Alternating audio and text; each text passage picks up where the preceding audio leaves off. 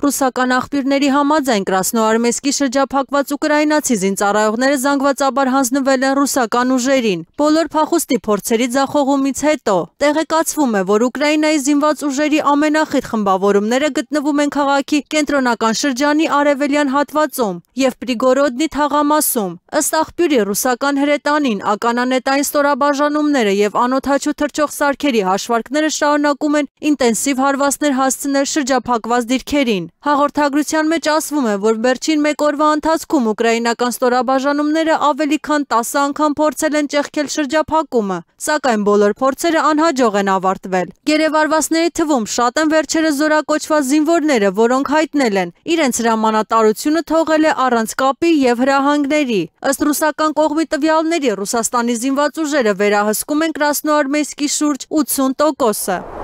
Ռուսաստանի նախագահ Վլադիմիր Պուտինը հայտարարել է, որ Մոսկվան պատրաստ է պատասխանել, եթե որևէ երկիր, որը ստորագրել է միջուկային փորձարկումների ամբողջական արգելքի պայմանագիրը, կրկին անցնի նման փորձերին։ Պուտինը ընդգծել է, որ Ռուսաստանը միշտ հետևել է միջուկային փորձարկումների ամբողջական արգելքի պայմանագրի պահանջներին և ներկայումս չի նախատեսում դուրս գալ այդ պարտավորություններից, սակայն նա զգուշացրել է, որ եթե պայմանագրի մասնակից երկրները, առաջին հերթին ԱՄՆ-ն կամ այլ միջուկային տերություններ սկսեն փորձարկումներ, Մոսկվան ստիպված կլինի ձեռնարկել համարժեք քայլեր։ Նախագահը հիշեցրել է, որ դեռ 2023 թվականին իր ուղերձում նշել էր. նման զարգացումների դեպքում Ռուսաստանը չի կարող անարձագանք թողնել միջուկային հավասարակշռությունը խախտող գործողությունները։ Ավելի վաղ Պուտինը հանձնարարել էր ԱԳՆ-ին, Պաշտպանության նախարարությանը և հատուկ ծառայություններին մշակել առաջարկներ, կապված հնարավոր միջուկային փորձարկումների հարցի հետ։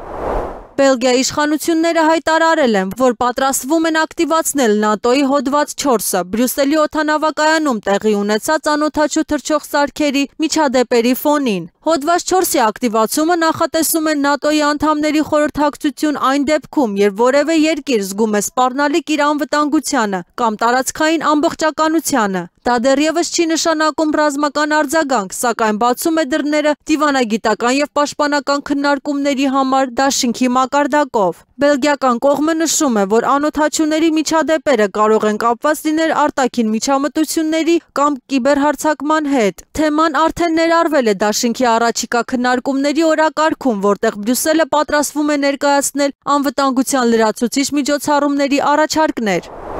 Ամերիկյան CNN News-ը հայտնել է, որ Ռուսաստանի նախագահ Վլադիմիր Պուտինի վերջին հայտարարությունները և պարգևատրման արարողությունը, որտեղ նա շնորհակալություն է հայտնել Բուրևեսնիկ թևավոր հրթիռի և Պոսեյդոն անօդաչու սուզանավի ստեղծողներին, կարող են լինել թաքնված ազդանշան Արևմուտքին, դադարեցնելու Կիևին աջակցությունը։ Ըստ վերլուծաբանների, Կրեմլը այս ժեստով փորձում է հիշեցնել, որ Ռուսաստանը շարունակում է զարգացնել իր ռազմավարական զենքը և պահպանել միջուկային հավասարակշռությունը, ի ցույց դնելով իր պաշտպանունակությունը։ Պուտինի խոսքերով, նորագույն ռուսական սպառազինությունները պատմական նշանակություն ունեն երկրի անվտանգության համար և կապահովեն ռազմավարական կայունություն ամբողջ 21-րդ դարի ընթացքում։ Արևմտյան փորձագետների գնահատմամբ, նման հրապարակային քայլերը Կրեմլի կողմից նպատակ ունեն ընդգծել, որ Ռուսաստանը պատրաստ է դիմակայել երկարատև հակամարտությանը և չի հրաժարվի իր դիրքերից, ակնկալելով, որ շարունակական աջակցությունը Ուկրաինային կարող է խորացնել բախումը։